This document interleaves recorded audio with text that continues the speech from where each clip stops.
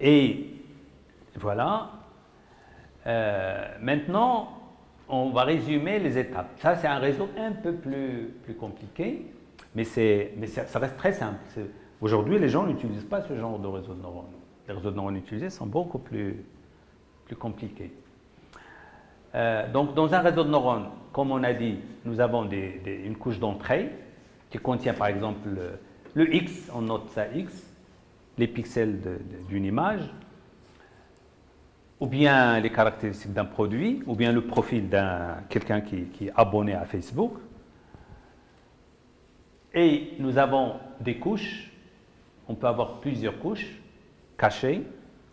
Dans ces couches, les opérations s'effectuent et des gens sont en train aujourd'hui d'analyser un peu l'information qui parcourt les couches pour comprendre ce qui se passe ou de faire de la topologie algébrique aussi dessus. Donc il y a beaucoup de développement ici, mathématique. Là, on montre un réseau de neurones un peu spécial. Pas spécial dans le sens, il est montré, il est présenté d'une manière assez spéciale. C'est que j'ai les données, je fais un peu l'opération linéaire dont j'ai parlé avant, c'est-à-dire le produit WI fois XI, et puis j'applique composante par composante sigma, la non-linéarité, la fonction d'activation. En général, le choix de la fonction d'activation, lui aussi, est un hyperparamètre. Qu'est-ce que je vais choisir? Mais bien sûr, il y a des traditions aussi. Par exemple, quand il s'agit de faire du traitement du langage, on utilise la tangente hyperbolique pour des raisons. Dans le cas général, on utilise une relue, d'accord, relue, c'est-à-dire x0, si x est négatif, je donne 0, si x est positif, je donne x.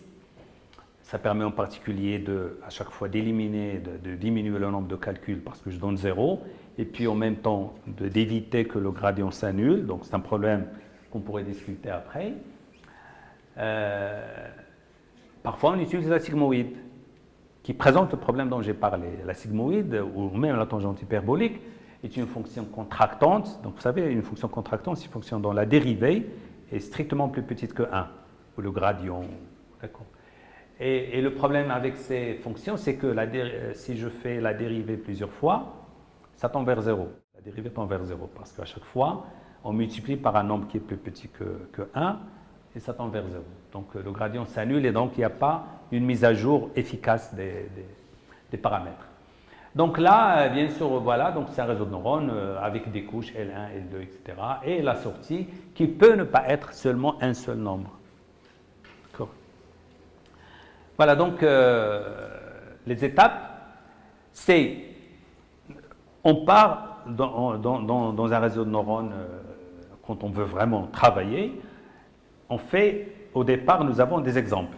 Par exemple, nous avons 1 million d'images de chats et 1 million d'images de chiens, et les images de chats, on met y égale à 1, et les images de chiens, on met y égale à 0. Donc nous avons un dataset, un jeu de données. On prend ce jeu de données, on prend une partie, on va la garder pour tester le réseau de neurones. Ça s'appelle la partie un peu test, pour tester le... Combien ça doit représenter? En général, on prend 80% pour l'entraînement et on garde 20% pour... mais parfois, les 20% aussi, on les divise. Et puis, éventuellement, si on souhaite aussi faire de l'optimisation des hyperparamètres, on garde une partie. Donc, on va utiliser par exemple 70%. Et puis, les 30%, on va les diviser entre la validation de l'architecture, c'est-à-dire le choix des hyperparamètres, et le test de chaque architecture. Puisqu'on va tester chaque architecture et puis on choisit la meilleure architecture. Donc on fait une autre optimisation sur les hyperparamètres entre les différentes architectures. Parce qu'un hyperparamètre, les hyperparamètres définissent ce qu'on appelle des architectures. Qu'est-ce que je mets ici, combien de neurones, combien de couches, comment je vais les juxtaposer, ça définit une architecture d'un réseau de neurones. Oui, sa conception, et puis les fonctions qui sont d'activation utilisées, etc. Le nombre de paramètres. Le nombre de paramètres. Oui. Est-ce qu'il faut noter noté aussi, c'est que des fois, il n'y a pas de règles spécifiques, ça dépend du problème. Donc c'est plus de l'ingénierie que de la science exacte lorsqu'on choisit les paramètres, combien de couches, etc. Oui, bien sûr. Et là, je parle d'un réseau de neurones, comme j'ai dit, pour introduire les réseaux de neurones. Mais selon les problèmes, on a d'autres réseaux de neurones, d'accord. Il y a le réseau de neurones récurrent, il y a ResNet, il y a, d'accord, il y a énormément les réseaux de neurones, les GNN, d'accord, les réseaux convolutifs, on va les voir peut-être après. C'est vaste, le champ est vaste après. D'accord. Mais là, c'est juste, on est en train d'asseoir un petit peu une connaissance de base sur les réseaux de neurones. Donc, mais en général, on choisit donc, on fait l'entraînement. Comment on fait l'entraînement? On choisit un exemple. Voilà. Donc, choisir un exemple d'entraînement. On prend un exemple d'entraînement. On l'entre ici. On prend la sortie Z. On compare la sortie Z à la sortie que l'on attend avoir. Et après, on continue ici. Donc, ce qu'on fait, c'est que on ajuste, on calcule, donc on calcule la dérivée, etc. Et puis, on ajuste les poids. Et je recommence. D'accord. On prend l'autre exemple. En général, nous avons des millions d'exemples. Et là, j'ai dit, on choisit un exemple d'entraînement. En général, on prend plusieurs exemples à la fois. D'accord. On prend plusieurs exemples à la fois. On prend par exemple 32 exemples à la fois. On parle d'un mini batch. D'accord. Et puis, on refait ça jusqu'à parcourir tous les exemples. Et après, qu'est-ce qu'on fait? On remélange les exemples. Et on refait la même chose. Et puis, on remélange les exemples. Et on refait la même chose. Pour que l'apprentissage ne soit pas lié à l'ordre des exemples. Et puis, pour mieux apprendre. C'est pour ça que j'ai dit que certaines personnes aujourd'hui essaient de trouver d'autres techniques, parce que c'est coûteux. Vous avez, par exemple, vous prenez 1 million d'exemples, vous les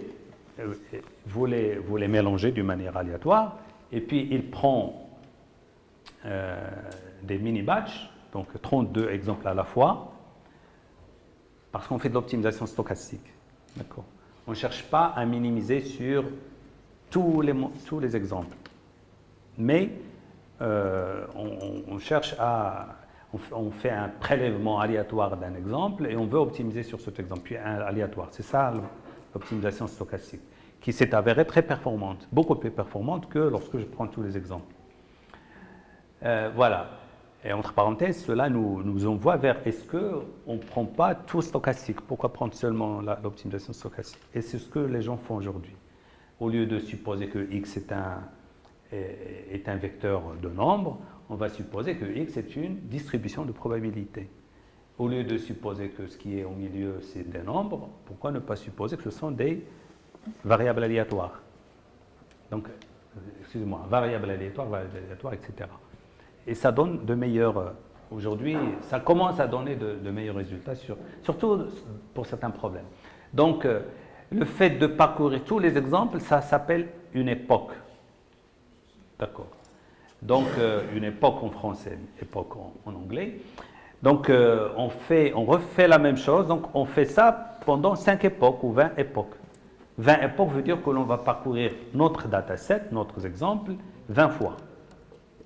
Et à chaque fois, bien sûr, d'une manière aléatoire.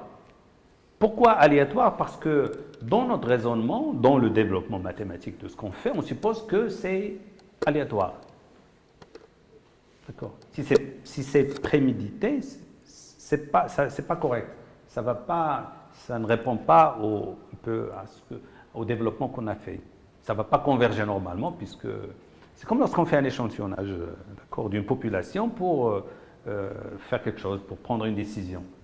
On suppose que l'échantillonnage est aléatoire. Ok, donc, bien sûr représentatif aussi, mais aléatoire. Donc, les deux à la fois. La même chose ici, il faut que les exemples soient représentatifs de la réalité et il faut qu'ils soient aléatoires. Donc voilà, donc, après plusieurs époques, normalement, en général, nous avons une convergence de notre réseau de neurones, c'est-à-dire il apprend. C'est quoi il apprend? C'est que maintenant, si je le mets dans une voiture et qu'elle roule, il va identifier les limites de la route, les plaques de signalisation, il va reconnaître un gamin qui traverse d'un adulte qui traverse, les limitations de vitesse, etc. Donc, il va apprendre. Il va reconnaître et puis, il va reconnaître les entités dans les images. Parce qu'une image, il y a beaucoup de choses. Dans une image, il va dire, ça c'est un garçon, ça c'est... Et il peut même communiquer avec moi, me dire, voilà, ça c'est un garçon qui traverse, donc... et elle ralentit elle-même, puisque la voiture est autonome. Ça veut dire que, quand je dis il peut me parler, ça veut dire que je peux avoir un réseau de neurones qui mélange le langage avec les images, avec... D'accord, peut-être la température, etc. Différents signaux en même temps. Donc, quand on parle d'intelligence artificielle, ce n'est pas seulement on va traiter les images, on va traiter le son. On peut traiter l'ensemble en même temps. Ok, donc voilà. Donc, on parle aussi de forward propagation, propagation avant. C'est le fait de parcourir un réseau de neurones de l'entrée vers la sortie. Ça s'appelle forward propagation. Donc la forward propagation, voilà, là on la présente d'une manière mathématique, ce qui se fait, mais nous avons aussi la backward propagation, d'accord. Qu'est-ce qu'elle fait? C'est le fait de calculer le gradient. Parce que le gradient, on avait dit qu'on va dériver la fonction perte par rapport au paramètre, et comment ça se produit? Il faut dériver l'erreur E par rapport aux derniers paramètres, c'est-à-dire les paramètres de la dernière couche, et les utiliser pour calculer la dérivée pour la couche précédente, et puis les utiliser pour calculer la couche précédente. Je ne l'ai pas détaillé, mais avant c'était clair. Il faut commencer par calculer Z, etc., et puis delta Z, etc. D'accord? Donc il faut aller de la fin vers l'avant. C'est un petit peu normal, d'accord? Si quelqu'un traverse, etc., et quand il arrive, il trouve une erreur, il veut détecter l'erreur, il va faire le chemin inverse. Il va essayer de suivre le chemin à partir de la fin, dire à quel moment j'ai raté quelque chose. Par exemple, je me suis trompé dans un chemin, ou bien j'ai perdu un objet. Donc je commence par la fin, et je rectifie. D'accord? C'est en général ce qu'on fait. Voilà, donc... c'est un peu ça la grande philosophie des réseaux de neurones. Et les formules, on peut aussi les développer.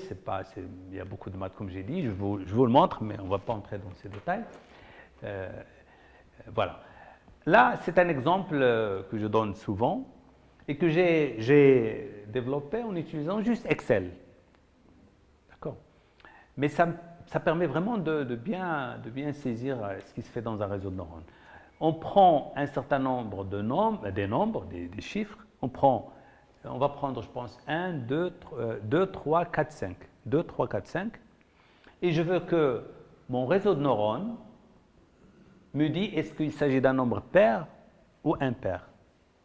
Mais il y a le cas, le français, le vice-président de Facebook, et un des pionniers de l'intelligence artificielle moderne d'aujourd'hui, quand il était jeune, d'ailleurs il est filmé jeune, en 1993, ça fait très très longtemps, donc il y a une vidéo où il est en train de montrer, il écrit à la main des nombres, des chiffres, il les passe à la machine et ils apparaissent dans un 486. Vous savez, des ordinateurs de très très... Vous ne les connaissez peut-être pas, où il n'y avait pas Windows. Il n'y avait pas Windows. Il y avait Windows 3.1, Windows 3.11. On était fiers d'utiliser Windows 3.11. Mais il n'y avait pas le Windows moderne. C'est apparu en 94, je pense, le Windows 95. Celui que vous connaissez aujourd'hui. Mais avant, il y avait un autre Windows. Donc lui, il travaille avec une machine qui n'est pas très, très puissante, mais bien sûr, comme il est informaticien, ils étaient dans la plus grande entreprise d'informatique au monde, Bell, les labels. Donc, il pouvait combiner et faire des choses un peu bizarres pour accélérer l'exécution des... Et donc, il donne un chiffre et l'ordinateur reconnaît le chiffre. Et ils l'ont utilisé dans la poste et puis peut-être dans les banques pour reconnaître les montants d'échecs d'une manière automatique. Voilà, donc là, on prend, qu'est-ce qu'il fait? Donc il va prendre le vecteur, ça va être 1, 1, 1, 0, 0, 1, 1, 1, 1, 0, 0, 1, 1, 1, 1. Donc c'est ça le vecteur qu'il va constituer à partir de cette matrice. Et puis, donc x1 ça va être ça, x2 ça va être ça, x3 ça va être ça, x4 ça va être ça, x5 ça va être ça, jusqu'à x15. Donc vous voyez une image, on la transforme en un vecteur. Et puis ici, nous avons les poids. Là, nous avons un seul neurone, parce qu'on veut juste montrer ce qui se passe dans un neurone. Dans la réalité, il faut qu'on ait plusieurs neurones pour qu'on ait un réseau de neurones sophistiqué, et plusieurs couches. Là aussi, on n'a pas plusieurs couches. Donc on va faire le produit, et vous voyez, si je n'ai pas écrit x0, j'ai mis 1, ça revient au même, c'est une constante.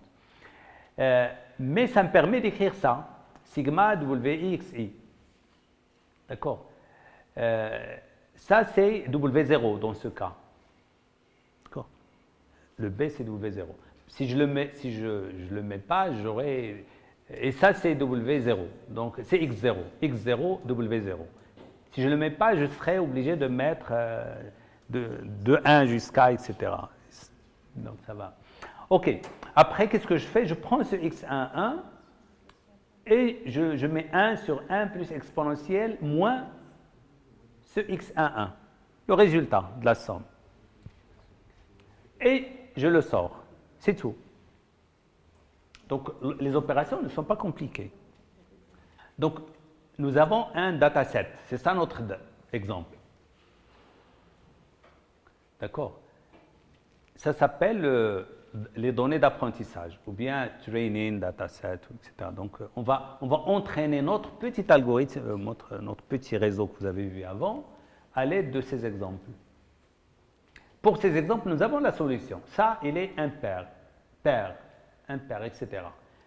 Sauf que, comme j'ai pair et impair, je vais donc supposer que, ou bien classifier, paramétrer pair par 1 et impair par 1 et pair par 0. Ou l'inverse, je fais ce que je veux. L'essentiel, donner 1 à une catégorie et 0 à l'autre.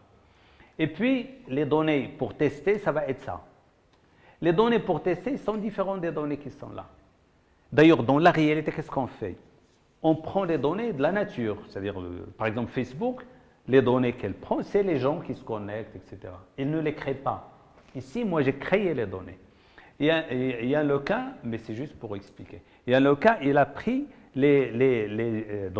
à partir d'une administration, les gens, ce qu'ils écrivent, les chiffres que les gens écrivent, la manière dont ils écrivent. Pour connaître les chiffres manuscrits, il est parti dans une administration et il a pris ce que les gens écrivent. Parce que si c'est seulement lui qui il prend seulement les exemples qu'il produit lui-même, ça va être biaisé, ça va dépendre de lui, de la manière dont il écrit les chiffres. Donc, voilà.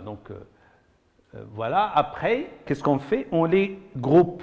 Voilà, on prend ces chiffres et on les regroupe comme ça. Donc, par exemple, le premier, ça va être... Le premier, c'est le premier dans la liste. Donc, c'est celui-là. Si vous prenez celui-là, c'est un vecteur, mais 1, 1, 1, 0, 0, 1, etc. Donc, vous allez le retrouver ici. Ça va être le premier. Ça va être celui-là. 1, 1, 1, 0, 0, 1, 1, 1, 1, etc. Donc, le x, c'est ça. Et le y, c'est ça. C'est un nombre impair. Tous les nombres impairs, on leur a donné 1, et le nombre pair, on leur a donné 0. Donc, de la même manière ici, 2, le deuxième. Le deuxième, c'est quoi? C'est le 2 qui est là. Je pense que c'est celui-là. C'est celui-là le deuxième. Le troisième, le quatrième, le cinquième, le sixième. Donc, je l'ai transformé en vecteur. On va voir, ça s'appelle reshape, d'accord, avec PyTorch. Et puis, voilà, donc, Les exemples qu'on a dit qu'on va laisser pour le test, ils sont en bas, ils sont là. Donc on va utiliser cette partie pour l'apprentissage et puis cette partie pour tester est-ce que l'algorithme a appris ou non. Il doit donner de bonnes solutions à ces exemples qu'on utilise pour tester.